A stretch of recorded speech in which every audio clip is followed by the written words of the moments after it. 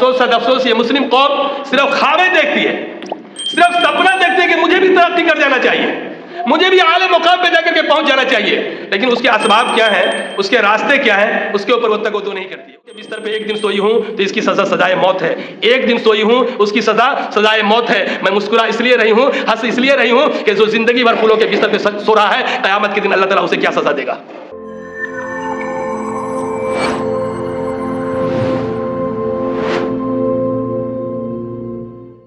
اعوذ باللہ من الشیطان الرجیم، بسم اللہ الرحمن الرحیم۔ یرفع اللہ الذین آمنوا منکم والذین اوتوا العلم درجات، وقال اللہ تعالی قل هل يستوي الذین يعلمون والذین لا يعلمون۔ صدق اللہ العظیم وصدق رسولہ النبی الامین الکریم، ونحن على ذلك لمن الشاہدین والشاکرین والحمد للہ رب العالمین۔ قابل قدر معزز سامعین کرام، بزرگوں اور دوستو، اللہ تعالیٰ کا بے انتہا فضل و کرم اور احسان ہے کہ اللہ رب العزت نے ہمیں اور آپ کو آج جمعے کی بڑے ہی مقدس محترم دن کے اندر اللہ تعالیٰ نے ہمیں جمعے کی نماز کی تیاری کر لینے کے بعد اللہ اپنے مقدس گھر میں آ کر جمعے کی نماز ادا کرنے کی توفیق عطا فرمائی۔ اللہ سے دعا کیجیے کہ اللہ پاک ہمارے آنے کو قبول فرمائے اور اللہ تعالیٰ اس کا بہترین بدلہ ہم تمام لوگوں کو عطا فرمائے۔ حضرات، قرآن مقدس کی چند آیت کریمہ میں نے آپ کے سامنے تلاوت کی ہے۔ اس آیت کریمہ کے تعلق سے کچھ بات عرض کرنے سے پہلے ایک بات میں آپ کو بتلا دوں کہ جس دنیا میں ہم زندگی گزار رہے ہیں، یقیناً معلوم ہے خواہ وہ کوئی بھی انسان ہو، ترقی کا خواب، بلندیوں پہ پہنچنے کا خواب دیکھتا ہے۔ ہر ایک انسان چاہتا ہے کہ میں ترقی کر جاؤں، بلندیوں پہ پہنچ جاؤں، اعلی رتبے مجھے مل جائے، بلند رتبہ مجھ کو مل جائے، لیکن یہ اس کے اسباب جو ہیں، دیگر قوم، دوسرے قوم اس کے اسباب کے اوپر نگاہیں ڈالتی ہے کہ ترقی پانے کا زینہ کون سا ہے، بلندیوں میں پہنچنے کے راستے کیا ہیں۔ وہ دیگر قوم اسے ڈھونڈتی بھی ہے، وہ خواب بھی دیکھتی ہے کہ مجھے بلندی پہ پہنچنا چاہیے، مجھے اعلیٰ مقام اور مرتبہ ملنا چاہیے، لیکن اس کے راستے بھی وہ ڈھونڈتی ہے کہ اس اعلیٰ مقام، اعلیٰ رتبہ، اعلیٰ مرتبہ پانے کے لیے وہ راستہ کون سا اپنانا پڑے گا۔ لیکن افسوس صد افسوس یہ مسلم قوم صرف خوابیں دیکھتی ہے، صرف سپنا دیکھتی ہے کہ مجھے بھی ترقی کر جانا چاہیے، مجھے بھی اعلیٰ مقام پہ جا کر کے پہنچ جانا چاہیے، لیکن اس کے اسباب کیا ہیں، اس کے راستے کیا ہیں، اس کے اوپر وہ توجہ نہیں کرتی ہے، اس کے اوپر کوشش نہیں کرتی ہے۔ اللہ تعالیٰ نے قرآن مقدس کے اندر کہا یرفع اللہ الذین آمنوا منکم والذین اوتوا العلم درجات۔ اللہ تعالیٰ نے ترقی کے راز کو، ترقی کے اسباب کو بیان کیا اس آیت کریمہ کے اندر، اور اللہ نے کہا یرفع اللہ الذین آمنوا منکم والذین اوتوا العلم درجات۔ اے ترقی کے خواب دیکھنے والو، اے اونچے مقام اور مرتبے کے سپنا دیکھنے والو، اگر اونچے خواب، اونچا سپنا اور اونچے عہدے کا اگر سپنا دیکھ رہے ہو تو ایک کام کرنا پڑے گا، اور کام کیا ہے؟ اللہ نے کہا یرفع اللہ الذین آمنوا منکم والذین اوتوا العلم درجات۔ اللہ تعالیٰ کہتا ہے تو میں تو درجات کو اس کا بڑھا دیتا ہوں، میں مقام اس کا بڑھا دیتا ہوں، میں اس کو بلند اور بالا اور اعلیٰ مقام اور مرتبہ عطا کر دیتا ہوں۔ کسے؟ جس کے پاس ایمان بھی ہے اور جس کے پاس علم بھی ہے۔ پتہ یہ چلا کہ اللہ تعالیٰ درجات کو، انسان کے درجات کو اس وقت بڑھا جاتا ہے جب اس کے پاس ایمان ہو، اور مضبوط ایمان ہو، مکمل ایمان والا ہو، اور پھر اس کے پاس علم بھی ہو۔ اب یہاں پہ آپ کا دعویٰ، شاید ہمارے سوال کا جواب آپ کے پاس بنو کہ مولانا صاحب ہمارے پاس علم بھی ہے، ہمارے پاس ایمان بھی ہے، کلمہ پڑھنے والے لا الہ الا اللہ محمد رسول اللہ، ہمارے پاس علم بھی ہے اور ایمان بھی لایا میں نے۔ ایک بات میں بتلا دوں کہ اس دنیا کے اندر علم کی کئی اقسام ہیں، کئی طریقے کے علم ہیں، لیکن حقیقت یہ ہے، سچ یہ ہے کہ علم اسے کہا جاتا ہے جس علم کے ذریعے سے آپ کو اللہ اور اللہ کے رسول کی پہچان ہو جائے،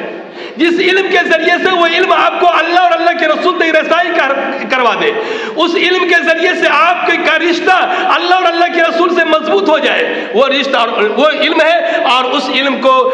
کتاب اللہ اور سنت رسول اللہ کہا جاتا ہے۔ اللہ کی کتاب اور نبی پاک صلی اللہ علیہ وسلم کا طریقہ ہے۔ اس طریقے سے ہٹ کر کے اگر کوئی آدمی چاہتا ہے کہ ہم دنیا جو بڑے سے بڑے علم حاصل کر لے اور اللہ تک رسائی ہو جائے گی, اللہ تک پہنچ ہو جائے گا. بات سمجھ میں نہیں آتی ہے. اس لیے اللہ نے راز جس بات کے اندر رکھا ہے, کامیابی جس بات کے اندر رکھا ہے, اس نے اللہ نے کہا یرفع اللہ الذین آمنوا منکم والذین اوتوا العلم درجات, کہ آپ کے پاس ایمان بھی ہو اور آپ کے پاس علم بھی ہو. اور علم کون سا علم؟ جس علم کے ذریعے سے آپ اللہ کو پہچان لیتے ہو, جس علم کے ذریعے سے آپ کی رسائی اللہ کے رسول صلی اللہ علیہ وسلم تک ہو جاتی ہو, اس علم کا نام اصل میں علم ہے. اور پھر بڑے مختصر وقت کے لیے آیا ہوں میں آپ کے پاس. اللہ کے رسول صلی اللہ علیہ وسلم کی ایک پیاری حدیث ہے, لا خیر فی من کان من امتی لیس بعالم ولا متعلم. اللہ کے رسول نے کہا کہ جو علم والا ہے, جو اللہ اور اللہ کے رسول کو علم کے ذریعے سے پہچانتا ہے, ایسے لوگوں سے خیر کی امید رکھو, ایسے لوگوں سے بھلائی کی امید رکھو. اللہ کے رسول صلی اللہ علیہ وسلم نے فرمایا کہ لا خیر فی من کان من امتی لیس بعالم ولا متعلم. ہماری امت میں سے ایسے لوگوں سے کوئی بھلائی کی امید نہ رکھنے کی ضرورت ہے. ہماری امت میں سے ایسے لوگوں سے کوئی بھلائی کی امید نہ رکھو جو عالم نہ ہو, جو طالب علم نہ ہو, جو عالم نہ ہو اور جو طالب علم نہ ہو. اللہ کے رسول صلی اللہ علیہ وسلم نے کہا کہ جو طالب علم ہے, جو علم والا ہے, جو عالم ہے, اس سے بھلائی کی امید رکھو. اور ایک موقع سے اللہ کے رسول صلی اللہ علیہ وسلم نے کہا کہ العلماء ورثۃ الانبیاء, علم کا جاننے والا, علم کا حاصل کرنے والا وہ علم جس علم کے ذریعے سے انسان اللہ اور اللہ کے رسول کو پہچان لیتا ہے, وہ صرف علم والا نہیں, وہ اللہ کے رسول نے کہا العلماء ورثۃ الانبیاء, وہ تو میرا وارث ہے, وہ نائب ہے. ہر ایک بیٹا اپنے باپ کی وراثت پہ ناز کرتا ہے اور خوشیوں سے اس کا سینہ چوڑا ہوتا ہے کہ ہمارا باپ دنیا سے جانے کو تو چلا گیا, لیکن بہت ساری ملکیت چھوڑ کر کے گیا, بہت جائیداد چھوڑ کر کے گیا, بہت مال و دولت چھوڑ کر کے گیا. اللہ کے رسول صلی اللہ علیہ وسلم نے جو ملکیت, جو پراپرٹی, جو جائیداد آپ کو چھوڑ کر کے گئے, وہ یہ ہے, وہ کتاب اللہ ہے اور کتاب سنت رسول اللہ ہے. اللہ کے رسول صلی اللہ علیہ وسلم نے فرمایا کہ لا خیر فی من کان من امتی لیس بعالم ولا متعلم, کہ میری امت میں سے ایسے لوگوں سے خیر کی امید نہ رکھو, بھلائی کی امید نہ رکھو جو طالب علم نہ ہو, جو علم عالم نہ ہو اور جو طالب علم نہ ہو. لہذا میرے محترم بزرگوں اور دوستو, ضرورت اس بات کی ہے کہ ہم لوگ قرآن کے احکام کو سمجھیں, قرآن کے تقاضے کو سمجھیں. اور پھر اللہ تعالیٰ نے کہا قل هل يستوي الذين يعلمون والذين لا يعلمون. اللہ تعالیٰ کہتا ہے کہ تم میں جیسے جس طریقے سے بینا اور نابینا برابر نہیں ہو سکتا, آنکھ والا اور بغیر آنکھ والا برابر ہو سکتا ہے, جس کے پاس ہاتھ ہے اور جس کے پاس ہاتھ نہیں ہو برابر ہو سکتا ہے, جس کے پاس پاؤں ہے اور کسی کے پاس پاؤں نہیں ہو برابر ہو سکتا ہے, بالکل نہیں ہو سکتا. اسی طریقے سے علم والا اور بغیر علم والا برابر نہیں ہو سکتا ہے. اللہ کے رسول نے کہا کہ علم والا اور بغیر علم والا برابر نہیں ہو سکتا ہے. تو حضرات, آج کے وقت میں یہ مسلم قوم, یہ مسلم جو سماج ہے, جس چیز کا رونا روتی ہے وہ یہ ہے کہ ہمیں تعلیم یافتہ ہونا چاہیے, ہمیں پڑھا لکھا ہونا چاہیے. امیر سید حضرت مولانا ولی صاحب رحمانی رحمۃ اللہ علیہ نے ایک مرتبہ کہا تھا کہ اگر ہمارے پاس 3 بچے ہیں, اگر ہمارے پاس 3 بچے ہیں اور تو ہم میں سے 3 بچوں میں سے کوئی ایک بچہ ہمارا حافظ قرآن ہونا چاہیے. یہ عزم کر لیجئے. امیر شریعت کی زبان کی باتیں کر رہا ہوں. انہوں نے کہا کہ اگر ہمارے پاس 3 بچے ہیں تو اس میں سے ایک بچہ حافظ قرآن ہونا چاہیے, اور پھر اگر ایک ہی ہے تو وہ کم سے کم حافظ قرآن ہونا چاہیے. تو ضرورت اس بات کی ہے کہ ہم تعلیم کے اوپر ہمیں کام کرنے کی ضرورت ہے, علم کے اوپر ہمیں کام کرنے کی ضرورت ہے. اور علم جو ہے, تعلیم جو ہے, انسان کے مقام کو, مرتبے کو بڑھا دیتا ہے, رتبے کو بڑھا دیتا ہے. وہ اس اعتبار سے کہ ایک واقعہ سنا ہوا آپ کو, ربیہ نام کا ایک شخص ہے, حضرت ہارون رشید رحمۃ اللہ علیہ کے زمانے میں ربیہ نام کا ایک شخص ہے. اس کا باپ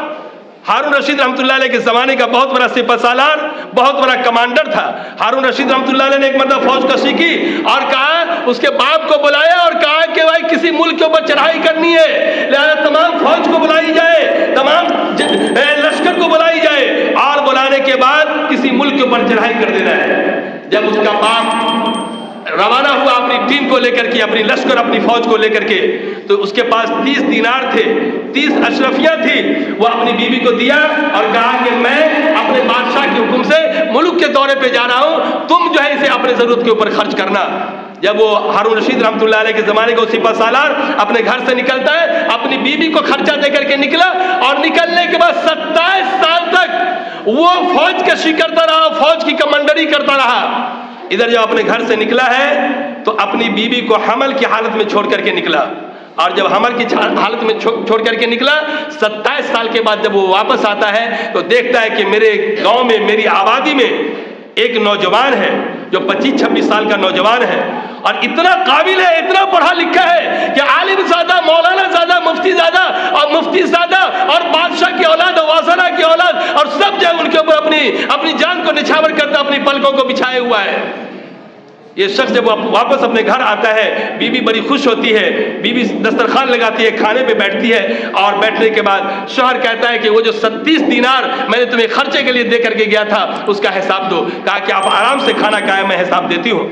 کھانا کھانے کے درمیان بیوی نے پوچھ دیا کہ حضور آپ یہ بتلائیں میرے سرتاج کہ یہ نوجوان جو آپ جس کو دیکھ رہے ہیں، جس کو اوپر امیر، غریب، فقیر، مسکین اور بادشاہوں کا بیٹا اپنی جان کو نچھاور کر رہا ہے، آپ جانتے ہو کون ہے؟ کہا کہ نہیں میں نہیں جانتا۔ کہا کہ آپ جو 30 دینار دے کر کے مجھے گئے تھے، آپ یہ بتلائیں کہ اس 30 دینار سے اس نوجوان کو اگر خرید لیا جائے تو یہ سودا سستا ہے یا مہنگا؟ وہ شخص کہتا ہے کہ پاگل ہو کیا، اس نوجوان کو خریدنے کے لیے ہارون رشید رحمۃ اللہ علیہ کی پوری بادشاہت کو بھی بیچ کر کے اس نوجوان کو خرید لیا جائے پھر بھی سستا ہے، پھر بھی سستا ہے۔ تو بیوی کہتی ہے کہ اگر یہ بات سچ ہے کہ پوری بادشاہت کو بیچ کر کے اس نوجوان کو خریدا جائے تو پھر بھی سستا ہے، تو آپ کے جو وہ 30 دینار تھے میں نے اس نوجوان کے اوپر خرچہ کیا ہے، اور وہ نوجوان آج کے وقت کا زبردست عالم دین ہے، اور وہ آپ کا بیٹا ربیہ ہے۔ کیا کہا؟ وہ آپ کا بیٹا ربیہ ہے۔ تو اس کا شوہر کہتا ہے کہ ربیہ کی ماں تب تو تم نے اس روپیے کو ضائع نہیں کیا، تب تو تم نے اس روپیے کو ضائع نہیں کیا، تب تو تم نے اس روپیے کو ضائع نہیں کیا۔ اللہ تعالیٰ کہتا ہے یرفع اللہ الذین آمنوا منکم والذین اوتوا العلم درجات۔ اللہ تعالیٰ علم اور ایمان کے ذریعے سے، ایمان اور علم کے ذریعے سے انسان کے درجات کو، مقام کو، مرتبے کو بڑھا دیتا ہے۔ آپ دنیا کی کوئی تاریخ مطالعہ کریں اور آپ کو شاید ایسا نہیں ملے گا کوئی اللہ کا بہت بڑا ولی ہے اور وہ علم دین سے ناواقف ہو، بہت بڑا اللہ کا ولی ہے لیکن علم دین ان کے پاس نہیں تھا۔ بایزید بستامی رحمۃ اللہ علیہ اللہ کے بہت بڑے ولی گزرے ہیں لیکن اس سے پہلے بادشاہ تھے وہ، اور پھر ایسے اتنے بڑے بادشاہ کہ پھولوں کے بستر پہ ان کا آرام ہوتا تھا، پھولوں کے بستر پہ سوتے تھے۔ ایک دن کا واقعہ لکھا ہے کہ ان کی جو خادمہ تھی، ان کی جو نوکرنی تھی جو روز بادشاہ کے لیے پھولوں کی بستر سجاتی تھی، ایک دن اس کے ذہن میں ایک بات آئی کہ جس بادشاہ کے لیے روز پھولوں کی بستر میں لگاتی ہوں اور میرا بادشاہ باہر سے آتا ہے اور آرام سے اس بستر پہ سو جاتا ہے، آخر اس بستر کی خاصیت کیا ہے؟ لہذا وہ نوکرنی اس پہ سو جاتی ہے، اور جیسے ہی سوئی اللہ کی بندی بیچاری غریب آدمی نوکرنی تھکی ماندی، اسے نیند آ گیا، اور جیسے ہی نیند آیا کہ بادشاہ پہنچ گیا، بایزید بستامی رحمۃ اللہ علیہ پہنچ گئے، اور پہنچنے کے بعد بادشاہ کو جتنا غصہ آنا چاہیے تھا آپ سمجھ سکتے ہیں۔ لہذا ایک نوکر کو، خادم کو بلایا اور کہا کہ میرے پھولوں کے بستر پہ سونے کی سزائے موت ہے، اسے اتنا مارا جائے کہ یہ مر جائے۔ لہذا اس کا نوکر آیا اور لے کر جا کر کے سامنے مارنا شروع کیا۔ بادشاہ اپنی بادشاہت والی کرسی پہ بیٹھتا ہے، اور بیٹھنے کے بعد بادشاہ تماشا دیکھ رہا ہے، وہ اللہ کی بندی کو مارنا شروع کرتا ہے، وہ مارنے والا جو اس کا خادم ہے، اور اتنا مارتا ہے کہ مارتے مارتے بے ہوش ہو جاتی ہے، اور جب ہوش میں آتی ہے تو اٹھ کر کے بیٹھتی ہے اور بادشاہ کی طرف دیکھتی ہے اور مسکرانے لگتی ہے، پھر مارنا شروع ہوتا ہے اسے، اور پھر مارتے مارتے بے ہوش کر دیا جاتا ہے۔ جب اسے ہوش میں آتی ہے بادشاہ کو دیکھتی ہے اور مسکرانے لگتی ہے، بادشاہ بڑا حیران ہوتا ہے، اسے بلاتا ہے اور وہ کہا کہ ماجرا سمجھ میں نہیں آیا، چوٹ لگ رہی ہے، بے ہوش ہو جا رہی ہو مار کی وجہ سے، لیکن پھر جب ہوش آ رہا ہے تو مسکرانے لگتی ہو، معاملہ کیا ہے؟ کہا بادشاہ سلامت، میں نے ایک غلطی کی ہے تو اس کی سزا یہ ہے، اور پتہ نہیں کہ یہ اگر اس بات کا میں خلاصہ کر دوں تو اس کی سزا کیا ہوگی۔ کہا کہ نہیں، میں تمہیں آزاد کرتا ہوں، تم بولو کہ معاملہ کیا ہے کہ تم مسکرانے لگتی ہو۔ کہا کہ حضور